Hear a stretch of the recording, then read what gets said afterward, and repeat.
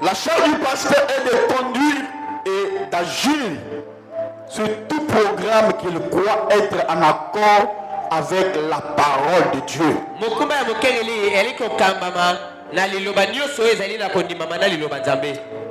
Amen. En accord avec le plan de Dieu, en accord avec la parole de Dieu pour son église. Amen. Il assumera l'autorité suprême et fera promouvoir le bien-être spirituel de l'église. Amen. Amen. Il a une autorité sans partage. Il sera la tête du pasteur associé, du comité de diacres, du conseil de l'administrateur, et il sera la tête du corps de l'église elle-même. Il agira avec sagesse pour conduire les saints, manifestant de l'amour envers tous les saints et leur fardeau. Amen. Amen. Il se conduira dans une soumission parfaite, selon ce que Dieu l'a appelé.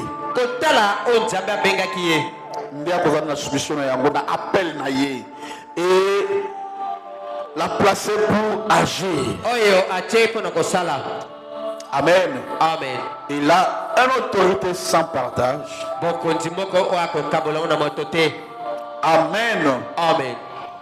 La charge du pasteur associé, le pasteur associé doit accomplir et conduire la mission du pasteur titulaire. Non, le pasteur associé doit accomplir et conduire la mission du pasteur. En absence du pasteur de l'église titulaire, il conduit les services d'adoration conformément à la manière de la doctrine que le pasteur croit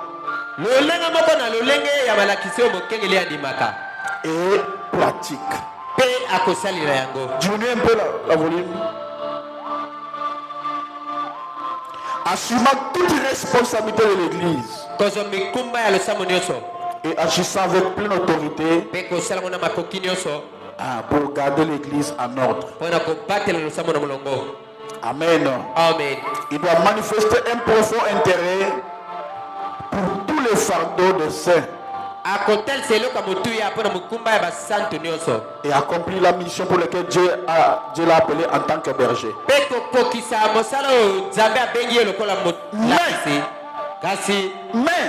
le pasteur se doit rendre compte au pasteur à les différents moments du progrès de l'église, les affaires spirituelles actuelles, les problèmes urgents. Il ne se chargera d'aucune transaction financière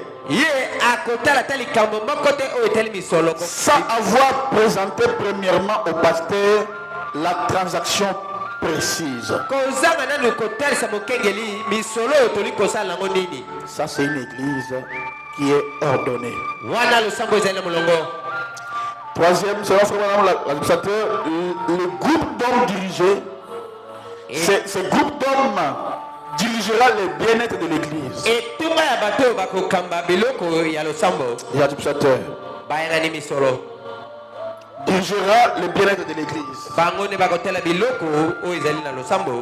Ils seront comme un groupe d'affaires, comme un groupe d'hommes d'affaires. Ils sont élus pour protéger l'église dans ses tâches financières. Ils vont tout faire pour que l'église ait côté dans la nyongoté. Voilà pourquoi tu dois voir l'intelligence et l'esprit créatif. bakoza na molimo ya koluka lolenge nini kokotisa Ils ont dit ça du terre. Non, non, non. Il faut avoir l'esprit créatif. ebongi oza na Tu dois avoir l'idée qu'on peut faire pour que l'église se progresse. kosala nini po te losambo Comment on peut faire pour avoir de l'argent à l'église? kosala boni mpona kozwa Ici, je vous lis des fonctions. ana ye kotalisa bino Soji Moussala, bapesa yo nini oyo mpona j'ignore mpe le nom babengaka yango mais esunga yo oyeba mosala na yo kosala eza nini.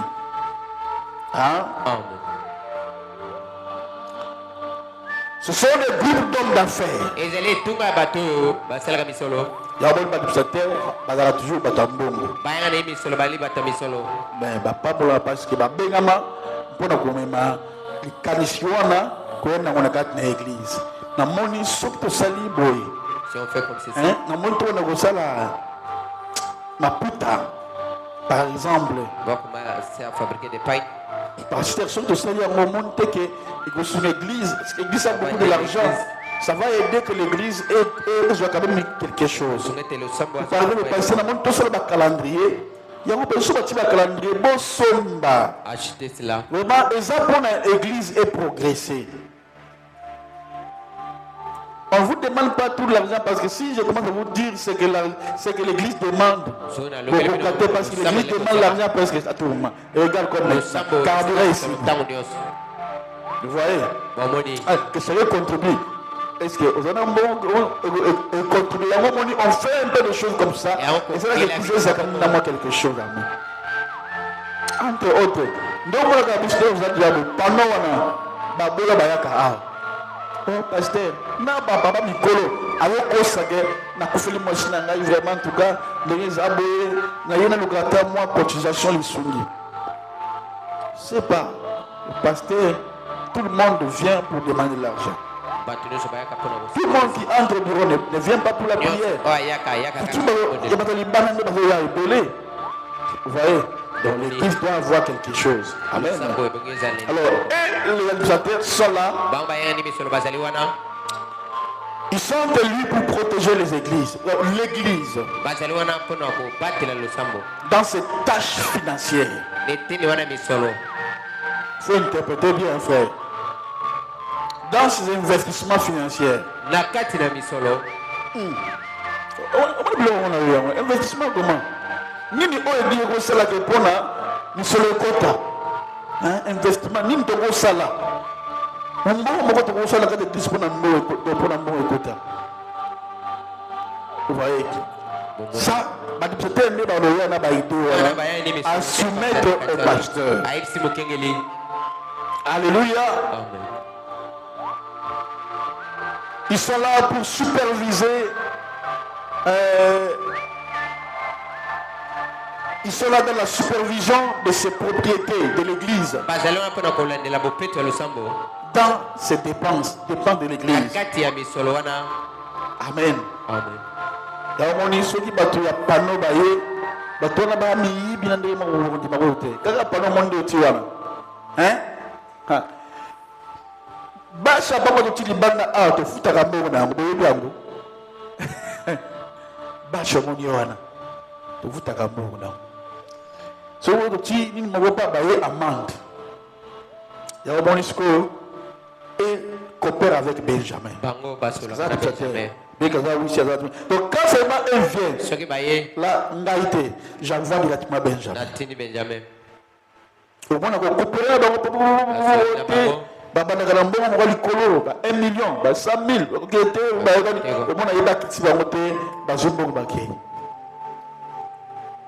alors, comment est-ce qu'on a un problème où il y avait deux personnes qui appelaient pour recevoir de l'argent?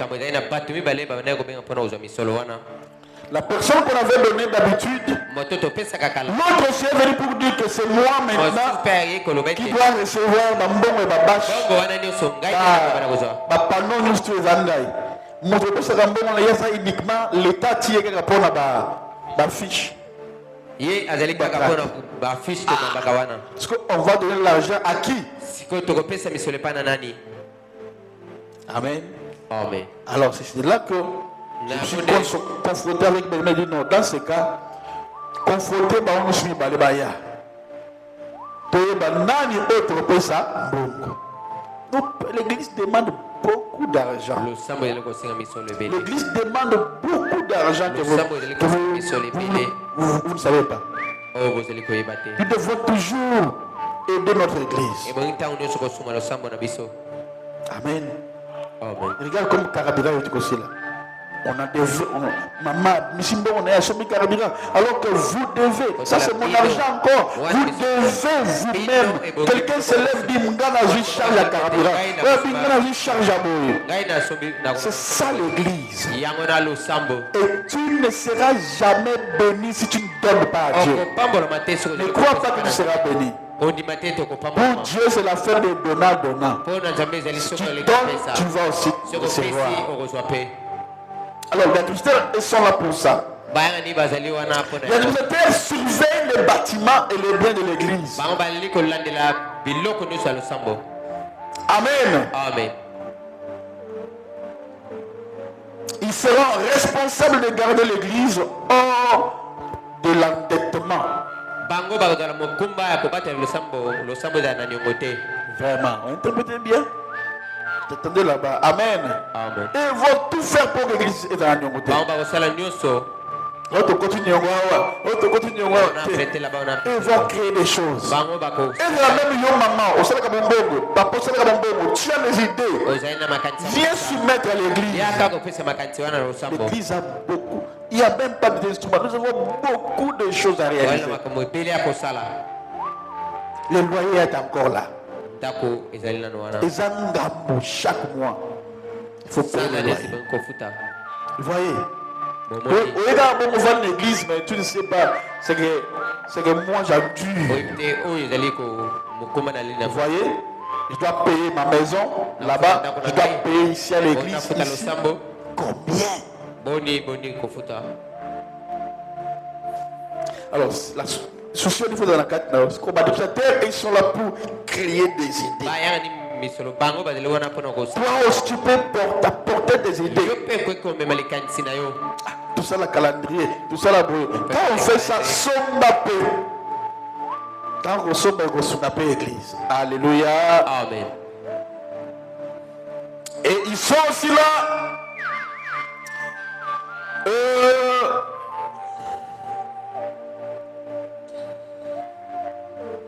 En ce qui concerne la mise en œuvre de n'importe quel projet. Une église, un projet, quoi que ce soit, il doit présenter la chose au pasteur. Tous les projets, pas pasteur. Pasteur, les pasteurs, ceux qui a validé. Cela ça annulé. Amen. Amen. Amen. Donc ils sont là pour faire cela. Amen. Amen. Ok. Donc et nous avons aussi la charge des diacres. Et chez nous, nous avons encore des huissiers. Pour Nini, Bazaro no Banzemba. Babali nanoté. Bazaro no célibataire. Célibataire, oui. Même au tel la célibataire, oui. Amen. Mais même si tu deviens marié, il faut qu'il ait gagné confiance à pasteur. Parce que Mathiaka, frère Mabi, il parle de frère Agabra. Comment on dit là? Comment compliqué frère Agabra. Tu vois, il dit, tu étais huissier, on gagnait confiance dans moi. Maintenant, je t'ai encore monté là.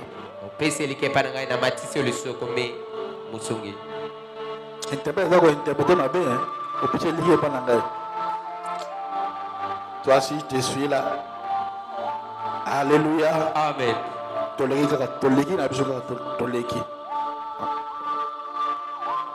On passe seulement. Amen. Les huissiers doivent assister le pasteur. Ils sont là comme de l'assistance spirituelle du pasteur. Ils doivent assister le pasteur dans toutes les activités spirituelles. Amen. Amen. Et bientôt là, nous aurons aussi nos juridictions partout. Pas seulement ici à Kinshasa, ailleurs. On aura au Brésil, on aura à Tunisie, on aura à Paris, en Allemagne. Nous serons là-bas, à Berlin, on sera là-bas. Amen. Amen. Amen. On va dire ça. Amen. Amen. Alléluia. Amen. Donc, ils sont libres de parler avec le pasteur. Mais pour lui présenter très souvent des programmes. Des programmes ou avantages qui béniraient le bien-être général de l'Église. Amen. Amen. Et doivent être aptes à tout secours du pasteur, à l'aide du pasteur. Amen. Ils doivent aussi être aptes à enseigner et prêts à assister le pasteur. Amen. S'il leur est demandé, ils doivent aussi aider à servir la communion. Et là, les diacres feront l'office de huissier dans toutes les réunions. Amen. Ils exerceront la fonction de policiers en maintenant la conduite et l'ordre civil. Ils sont là pour aider à prélever les offrandes. L'offrande locale. Amen. Amen. Ils prévoiront la marche spirituelle de l'Église en travaillant avec le pasteur. Et les uns avec les autres sur des problèmes spirituels. Et les difficultés des saints. Ils seront prêts à n'importe quand. Les huissiers, il faut écouter. Ils seront prêts à n'importe quand à assister chaque saint dans les besoins.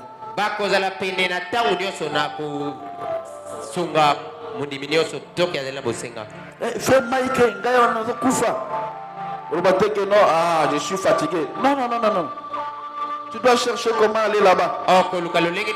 Tu m'entends? Nous parlons de l'ordre dans l'église. L'ordre doit commencer par vous.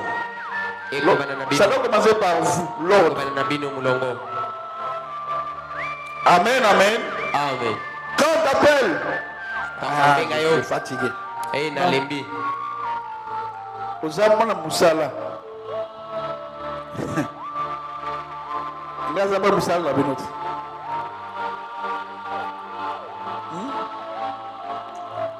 Amen. Amen. Je suis serviteur. Amen. Amen. Alléluia. Amen. Donc, vous êtes là pour aider les gens.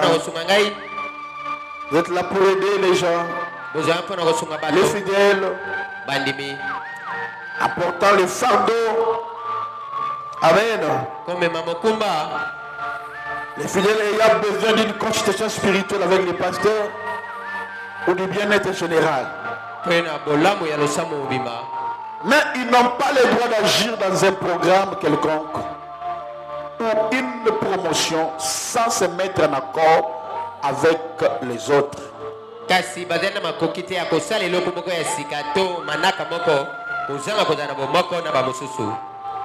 Avec les pasteurs associés de l'administrateur. Amen. Amen. Sinon, ils seront responsables devant Dieu s'ils font des choses sans que le pasteur les sache. Les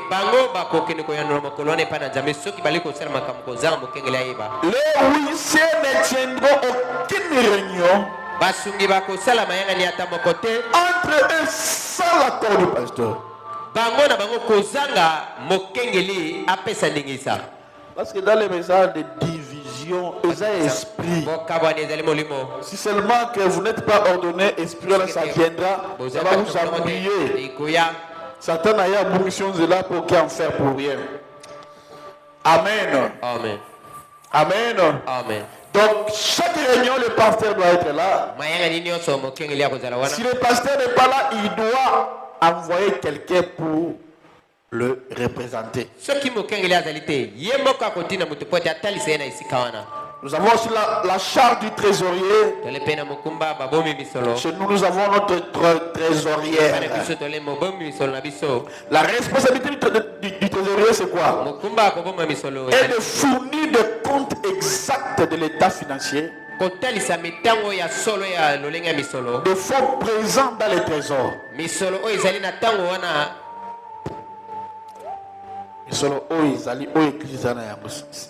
Ces rapports doivent être disponibles pour le pasteur.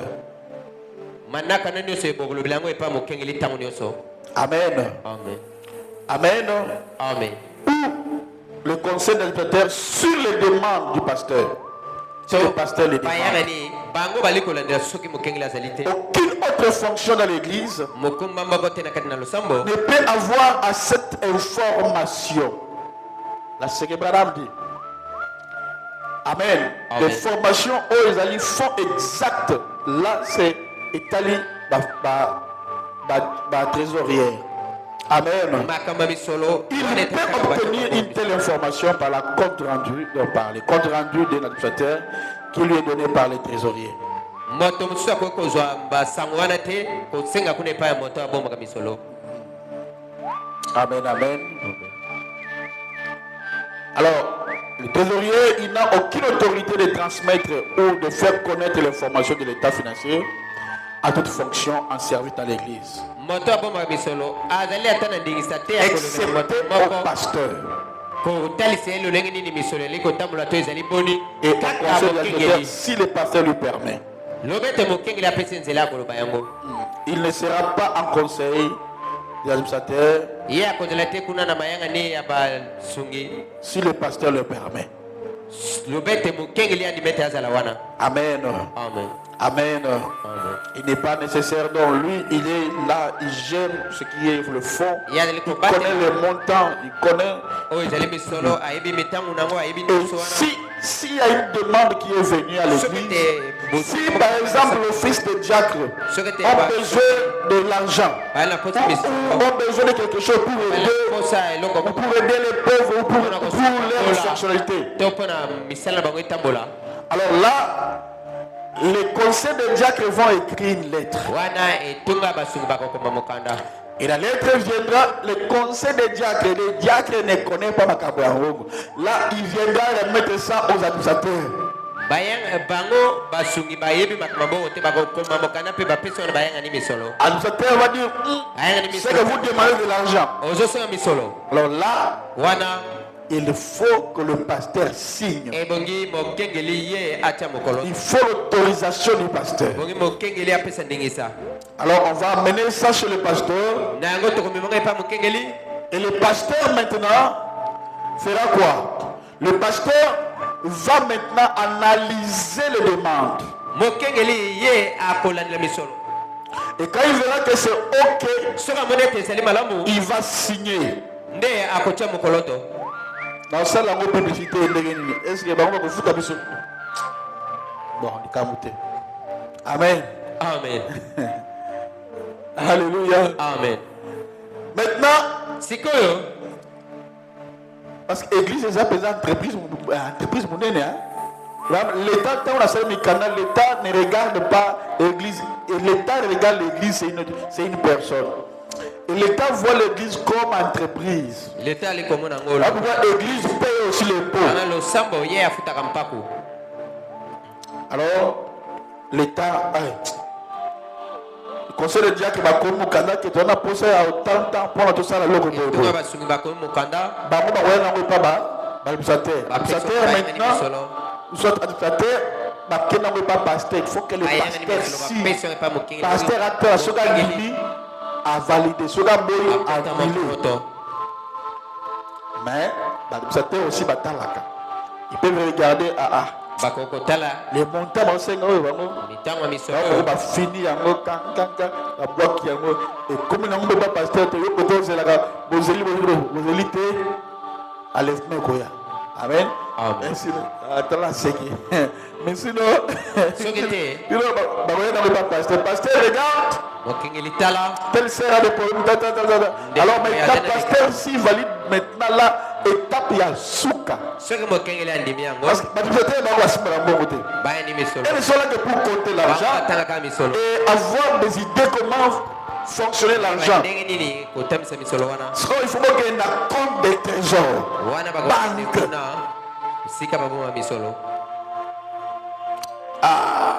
Je me vois la quota na bureau à trésorier. Nathalie, comment va pardon, je vais sortir, j'aurai des vertiges. Amen. Et maintenant, c'est un médecin qui doit maintenant, quand on dit bon, il va dire est-ce que le pasteur a signé, oui. Elle peut aussi mener ses investigations. Pasteur, la monde demande et la signature parce que peut-être aussi, je ne peux pas signer un pasteur. Parce que ça n'a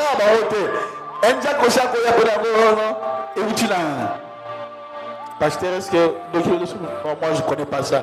Mais qui a signé on arrête les voleurs. Vous voyez? Donc quand maintenant on vient, on pense à l'église. Église, regarde comme notre sœur là-bas. On a volé son téléphone ici. Il y a un frère qui venait là-bas, il était volé. Oui. Il y a un docteur qui a un téléphone qui tombe. Croyez que tout le monde est saint ici. Non. C'est le pasteur qui connaît chaque personne. Il y a des envoiements, il y a des d'autres, ils vont dans le processus. Quand mon niveau allez, c'est la bon. Moi je crois, c'est mon frère. Ce frère-là ne vient plus. Bon, voilà qui faut voter la diabète. Il faut poser ma photo. Je peux même envoyer même à ta ligne.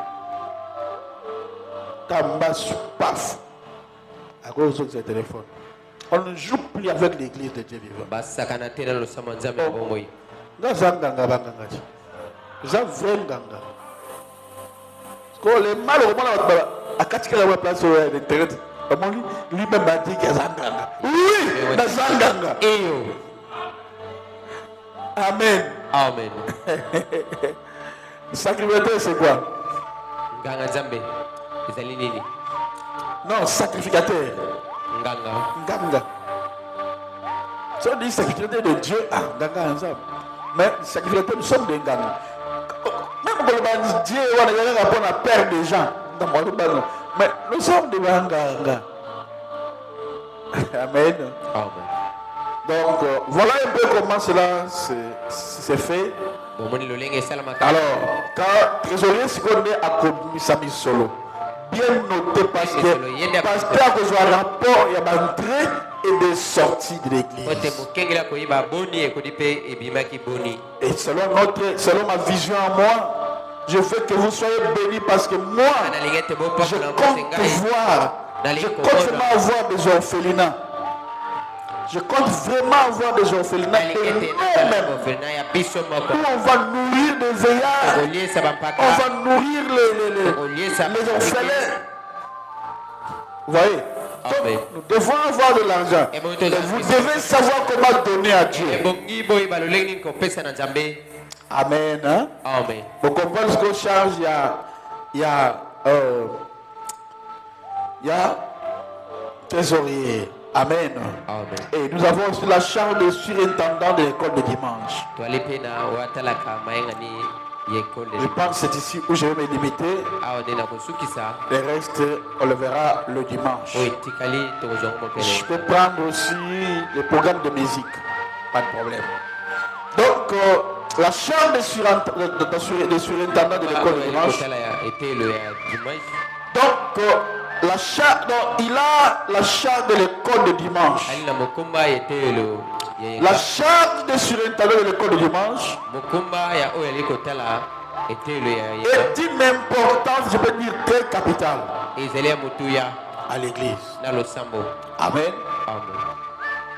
Bien que ses obligations ne soient pas majeures, mais il est responsable du maintien. Donc il est là pour maintenir le moniteur des gens qui de fournitures relatives à l'enseignement à l'école de dimanche. Donc il est là, il doit contrôler chaque enfant, l'état de l'enfant, comment l'enfant reçoit la parole de Dieu, et aussi vérifier ou contrôler, garder tout le matériel comme la fourniture, il y a école de dimanche. Amen. Et donc, par la grâce de Dieu, Dieu me bénira. Parce que moi je suis quelqu'un de vision. De demain, je connais déjà avec eux. C'est quelqu'un qui quitte là-bas. Ouais, pour que vous devez me bénir. J'ai besoin de l'argent. Bongo. Hein? Bongo. Donc on va prendre et puis on mettra une télévision là-bas pour les enfants. Parce qu'on commencera à leur donner des histoires bibliques. Amen. Amen. Moi aussi j'ai des cours d'écodime, mais il y a France. Moi aussi je peux savoir bien ça va l'air distraire, mais ils ont bien une idée biblique. Les enfants vont connaître l'histoire de la Bible. C'est ça, par la grâce de Dieu, je vais faire ça. Amen. Amen. Et vous verrez que nos enfants demain vont la passer. Amen.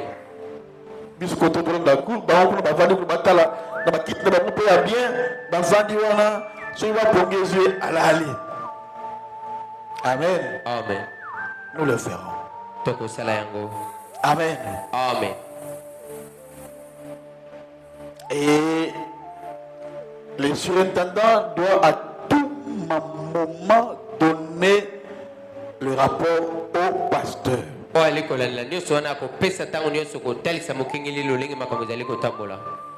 pense je vais me limiter à la 7e. C'est charge du programme de musique. On appelle ça quoi? Un office de musique. Alors, le programme de l'office de musique est tout ordre appartenant au développement d'un tel programme. Donc ce programme-là, selon Frère Branham, doit être supervisé par le pasteur. Selon Branham, supervisé par le pasteur seulement. Mais moi, j'ai compris pourquoi Branham martelait là-dessus. Parce que le dimanche, je vais encore Amen. Amen. Et selon Branham disait que le pasteur conduise aussi les chants. Un bon pasteur doit aussi être un conducteur de chants. Même si la voix est rock, mais quand même Dieu a conduit les chants. Pourquoi Branham voulait dire ça? Pourquoi Branham disait cela? Parce que c'est l'un des offices que le diable attaque beaucoup. Dans beaucoup des églises, c'est office de musique. C'est là où il y a des problèmes parce que c'est surtout qui nous met dans la casse d'office de musique. Qui nous met dans la casse d'office de musique. Pourquoi? Parce que c'est un office où le diable est dirigé. Voilà pourquoi je dis ce qu'il y a la consécration de ce qu'il y a qui la consécration il y a mercredi à 12h 15h il faut jeûner. Si tu ne fais pas ça, il y a peut-être dimanche. Parce que Si Bazan a se consacrer,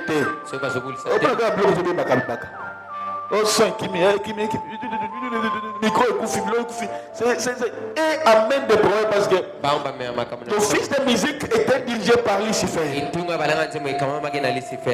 Ézéchias dit, depuis ton enfance, quand tu marchais, le flûte et le tambouret étaient à ton service.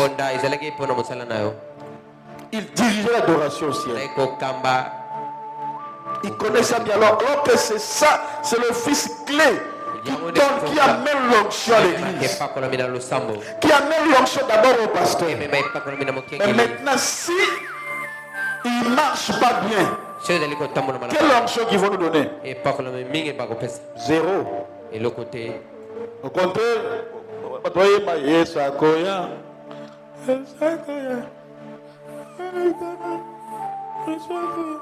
et le souverain va bénir. Seigneur, je bénis Dieu.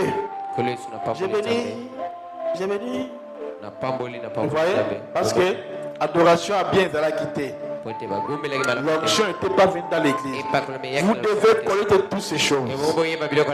Voilà pourquoi il y a un fils ou un pasteur qui voit, qui est sévère. Il doit surveiller cela. Parce que des zones de Taranakat n'a fils de musique. Amen. Et pourtant, c'est un office clé qui doit nécessairement amener l'onction, la présence de Dieu à l'église. Alléluia. Amen. Voilà pourquoi Frère Madame disait qu'il faut que le pasteur lui-même les fasse. Et je pense que c'est le pasteur lui-même qui conduit les chants. Soit il dit, il donne aux frères, frère qui? Dauphin, hein? Frère Dauphin. Soit le pasteur lui-même. Mais, bon, je vais d'abord lire ce que frère a dit. Les pasteurs vont à tout moment conseiller et conduire le programme durant les services réguliers. Les réunions spéciales et le réveil. Amen. Pour l'achat de n'importe quel instrument de musique, le conseil de l'administrateur conseillera et le pasteur en sera consulté. Là maintenant, on doit rédiger aux administrateurs, on ne rend pas pasteur. Pasteur va voir, il valide, on achète. Alors, toute suggestion pour les programmes de musique est mise par les saints, les diacres ou par telle partie d'intéressés devrait être présentée au pasteur. Il le recevra bien et conseillera sur les suggestions. Il est préférable que le pasteur contrôle ce programme. Je sais pourquoi Branham dit ça. Comme il est le conducteur du service d'adoration en chef. Et le pasteur, toute confiance est placée sur sa capacité à conduire l'église dans l'adoration qui plaît le plus à Dieu.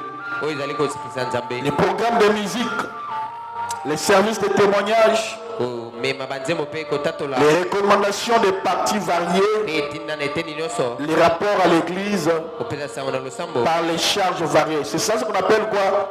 La modération, oui. Donc non seulement mais ils sont là aussi pour faire la modération. Amen. Oh, batua anniversaire, bébé, ils sont là comme des modérateurs. Vraiment, exactement au fils mon clé. Là, c'est ce que Frère Branham dit. Mais bon, je peux dire qu'un pasteur ne peut pas tout faire lui-même. Voilà pourquoi moi, je cherche quelqu'un à qui je fais confiance. Je le place là. Parce que leur devoir, son devoir, c'est quoi? C'est d'abord donner l'onction pasteur. Vous voyez? Et à l'église. Et quand le pasteur va entrer, il verra déjà l'église est sous l'onction. Là, vous avez la facilité de bien prêcher. Amen. Amen. Et C'est vraiment un office qui est vraiment tellement important. C'est important. Vous devez aussi prier beaucoup pour notre office de musique. Priez beaucoup. Et nous aurons encore besoin des gens capables de chanter parce que selon Frère Branham, il y a beaucoup d'églises du message. On ne chante pas comme vous voyez nos sœurs ici. Non. C'est seulement quoi? D'autres l'église, quand ils vont se dire dénomination. Parce que vous mettez les gens ici, selon, pour beaucoup d'églises, seulement quoi? Selon Branham. C'est seulement Abel qui doit chanter avec l'église. Vous voyez? Donc, il chante à Bino, Bosa la Kère, Bino, et dans le message, c'est comme ça. Mais on a essayé de voir que noter, il faut que vous, mon père, la Kère, Elandisa et Sunga, Moutini Banzel, le conducteur des chants, et l'église ne peut pas être aussi connaître les chansons, mais tellement un chant. Voilà.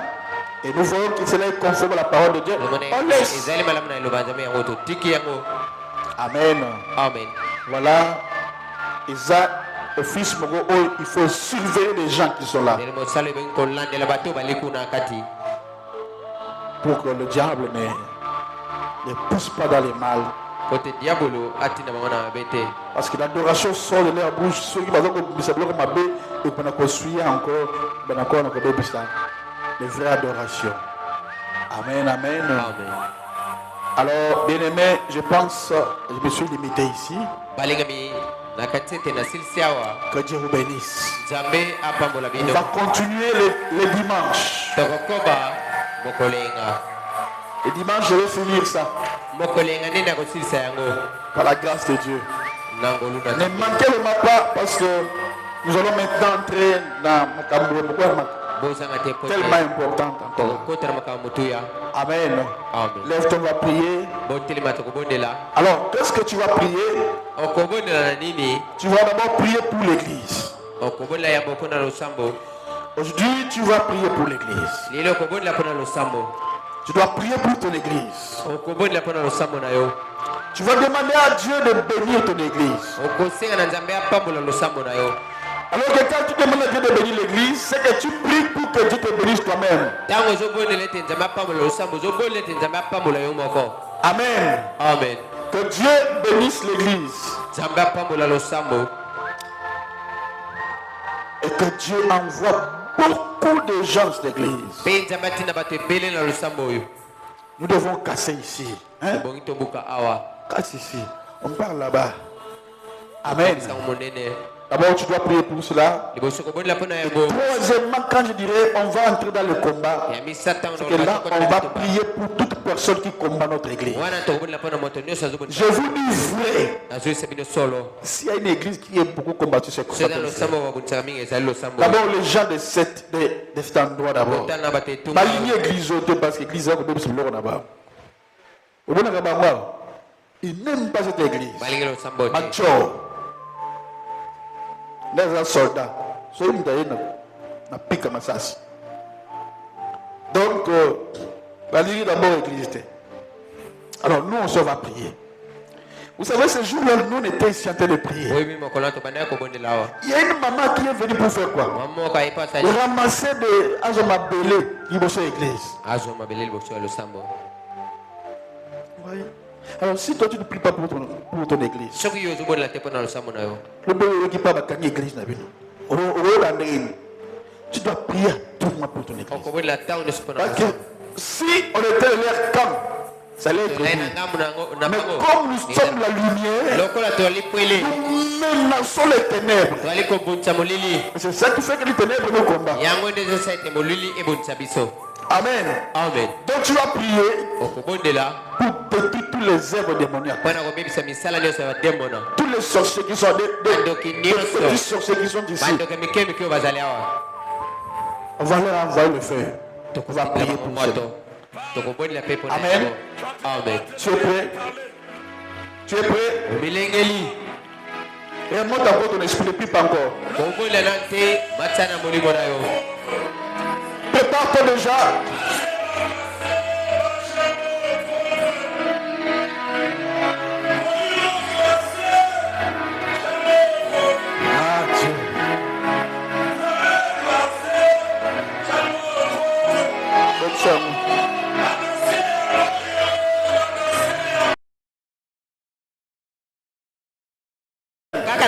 Il y a ceux qui croient que Branham est leur Dieu. Ils sont nombreux qui ne croient pas en Jésus. Amen. Amen. Ma main dans la Bible. J'étais au ciel. J'ai vu beaucoup de gens qui pleuraient. C'était les gens qui pensaient que Branham était leur Dieu. Mais moi j'étais entré. Vous voyez? Je vous dis, beaucoup de vous vont entrer au ciel. Pas par vos choses que vous faites. Pas par vos mérites, parce qu'il n'y a rien aussi. Mais à cause de la grâce que Dieu a fait avec moi. Vous allez entrer au ciel avec moi. Amen. Je vais vous dire ça un jour là-bas. Quand je vous disais ça, je vous disais la vérité. Ah, papa, bon, laisse-la. Peu importe, tu vas entrer. À la croix, ils étaient combien de personnes? Combien de personnes? 3. 2 étaient des voleurs. L'autre voleur là, est-ce que lui était baptisé? Est-ce qu'il avait même le Saint-Esprit? C'est même parce qu'il croyait au Messie. Oh, vous savez, nous tous nous sommes toujours la même chose. Et toi qui parlais de tuer le Messie. Arrête de parler comme ça. Toi et moi on est des voleurs. Mais lui n'a rien fait. Jésus a dit, Père, je voudrais que tu sois avec moi. Dès aujourd'hui, ce soir, là où je serai, toi aussi tu seras avec moi. Amen. C'est la grâce. Ngolou. Tu veux Ngolou? Amen. Amen. Il y a aussi dans le message qui croient que Jésus est déjà venu. Il y a aussi d'autres qui croient dans le même message que les tonnerres ne sont pas révélés. C'est quoi le tonnerre? C'est le message de frère. C'est quoi le tonnerre? Le tonnerre, c'est la voix de Dieu. Amen. C'est la révélation. Amen. Il y a aussi dans le message de ceux qui encouragent la polygamie.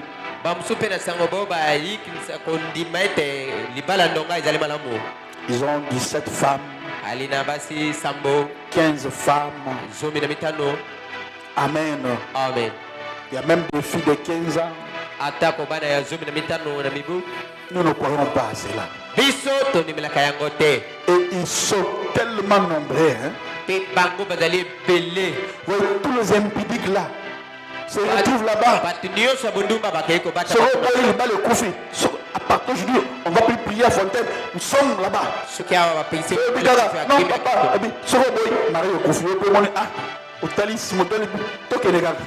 Quand tu vas aller là-bas, après 3 jours, 2 mariages.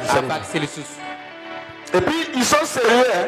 Quand ils font ça. Je ne sais pas si Frère qui a dit ça, bon, je vais se lire ça. Il dit, c'est la femme qui va aller, c'est ta femme qui va aller payer la dot pour toi.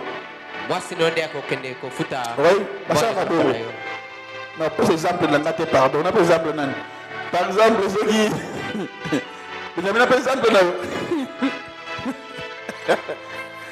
Par exemple, ceux qui.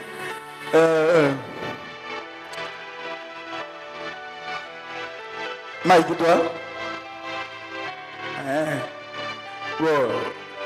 Bon, on prend par exemple, que Paul veut aller épouser ma Coco ou chérie Coco.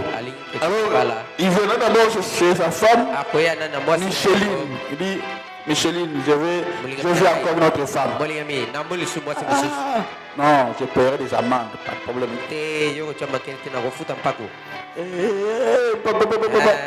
Ok,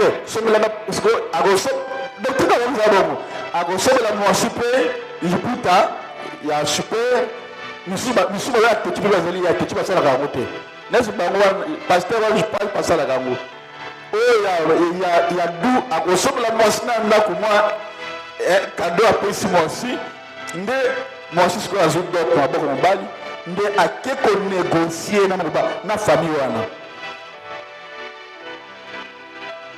c'est pas c'est pas d'accord prier moi le que Branham lui m'avait dit ça moi je suis pas là-bas et par après ça c'est ma je sais pas si Branham a dit et on dit que c'est Branham qui a dit ça maintenant on peut la brochure nous sommes pas là-bas. La femme va aller à négocier dans la famille, ma famille, bon, mon en tout cas, papa, ma famille, va négocier pas mon lycée. Allez, par après, la femme prend l'argent, il donne. Et seulement, on appelle maintenant l'homme, c'est la femme qui va sortir. Maman, quelle souffrance. Tu le fais maintenant dans le cœur, là,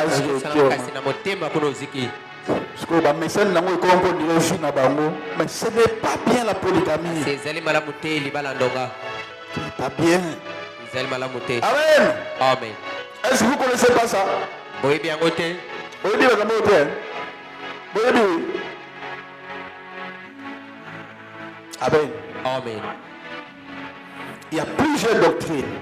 Il y a même ceux qui disent que nous sommes déjà dans le millénium. Quand on marche là, nous sommes déjà levés. Nous sommes dans le millénium. Bon, attends, je prêcherai l'enlèvement. Je vous dirai pourquoi Branham parlait de l'enlèvement. Nous sommes dans le lieu céleste en Christ. Je parlerai de cela. Mais ce n'est pas, je veux vraiment que Dieu me fasse grâce. Je vais vous parler de l'enlèvement. Je ne parlerai pas comme l'enlèvement que nous écoutons. Mais je vous toucherai là où Branham a dit nous sommes enlevés. Je prendrai vraiment ça. Je prendrai des choses compliquées. Et vous allez voir que Ezali comme la compréhension de la parole. Nous ne sommes pas encore enlevés. Retenez ce que moi je dis. Je viendrai parler de l'enlèvement. Amen. Amen. Alors voilà maintenant ce que nous croyons. Nous croyons que Jésus-Christ est notre Dieu. Amen. Amen. Amen. Nous croyons que Jésus n'est pas encore venu. Nous attendons sa venue. Parce que la Bible dit, de la même manière qu'il est monté, de la même manière aussi qu'il reviendra, tout le verra. Ce n'est pas spirituel, ça sera physique. Merci Jésus. Amen. Alléluia. Jésus est content.